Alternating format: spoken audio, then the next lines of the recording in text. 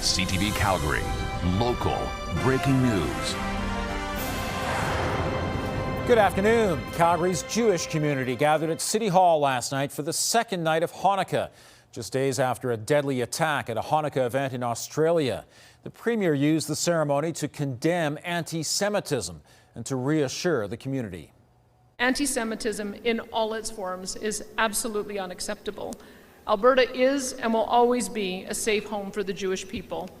Police also increased their presence with extra officers at City Hall and say patrols are being stepped up at synagogues, schools and Hanukkah events across Calgary, even though there's no specific threat.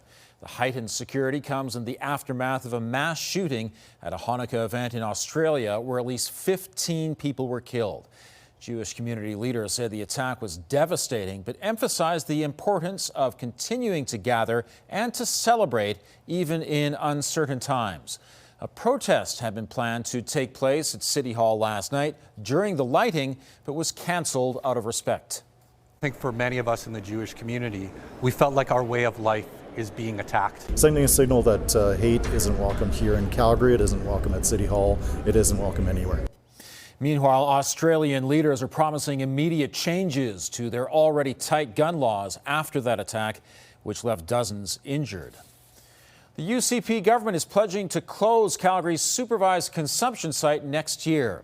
Many businesses and residents in the Beltline are concerned about the location of the Sheldon Schumer site. Worries about safety and discarded needles have existed since the site opened in 2017. The province promised to close the consumption site in 2021, but the final decision has been tossed between the city and the province for years.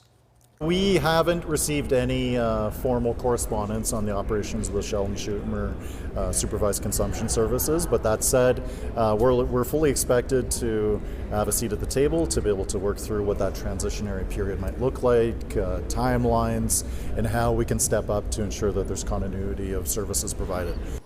The province says it will soon only provide treatment on demand, but did not provide details. A final date for the closure of the consumption site hasn't been announced yet. Calgary is getting rid of blanket rezoning, but it won't be completely gone until next year. It's a move applauded by some, while others argue it leaves a big hole in the city's housing policy. Jordan Canigan reports. Blanket rezoning came after a lengthy public meeting, but starting the process to get rid of it comes after just a short debate. They asked us for a full repeal at the doors, at community centers across the city. They want a full repeal. They don't want something watered down, so I suggest we do a full repeal. Council voting 13-2 in favor of asking administration to start a return to the land use bylaw that existed before last year. Councillors Mike Atkinson and Nathaniel Schmidt voting against. It simply comes down to uncertainty. We don't know what's going to happen. They don't know what's going to happen. And as a city that was leading the country in housing starts, I think that there will be some changes now.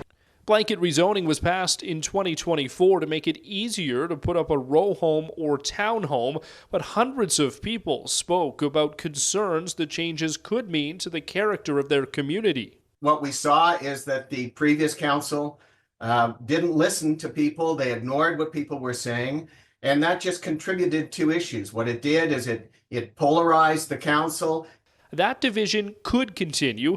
A full public hearing is needed again before the bylaw is made official. But the best way forward is how it should have been done in the first place from my perspective, which is to look at a process where the people can actually buy into what the city's proposing. And we heard through the public hearing that people were not buying into this. Blanket rezoning was part of the city's overall housing policy, and the mayor says they still need to keep up with that work. We need to make sure that the framework going forward keeps us in compliance with the Housing Accelerator Fund, Calgary Public Transit Fund, and others so that we can still get needed access to funding provincially and federally. Jordan Cadigan, CTV News, Calgary. A public hearing in March will determine what will replace the current rules. Roads were very slippery in many parts of Calgary this morning after yesterday's mild temperatures and a freeze overnight.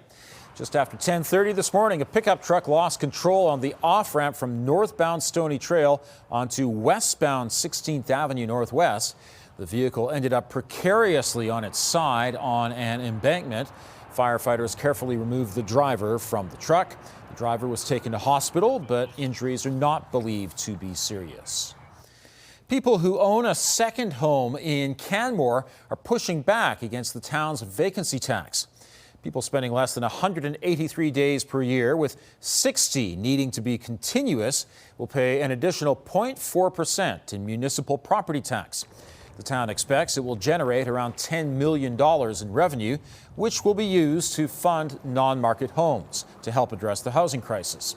6 homeowners are appealing an earlier court ruling in favor of the town. Opponents argue the tax is unfair and inequitable. They could establish a different tax rate for the number of people who live in the home at any time. If you're a single person, a retired person, you could be taxed very differently than someone who had 2 or 3 or 4 children or other people living in a home.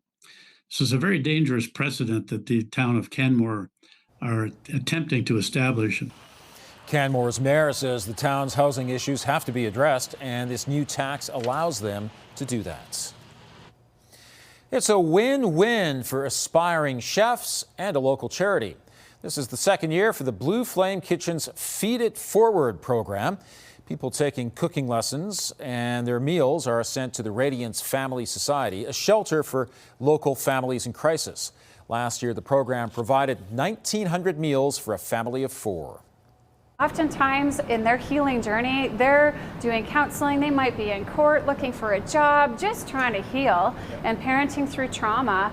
And this provides an incredible support of just having a home-cooked meal that they're able to just warm up in the oven and be able to provide dinner on the table for their kids.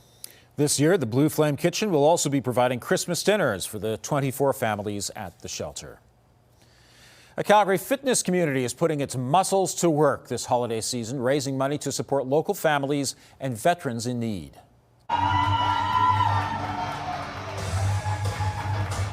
Bold Athlete is hosting its annual Sled-a-thon, challenging participants to push weighted sleds to raise money for the Owen Hart Foundation's Christmas Project. The week-long event runs from December 13th to the 21st at the Bold Athlete Gym inside Father David Bauer Arena near the University of Calgary. Organizers are aiming to raise $25,000, money that will go toward Christmas gifts, groceries, and trees for families and veterans facing financial hardship. For more details, visit ctvnewscalgary.ca. Thanks for joining us. We'll have more on the top stories coming up on CTV News at 5 and 6 or anytime online at ctvnewscalgary.ca.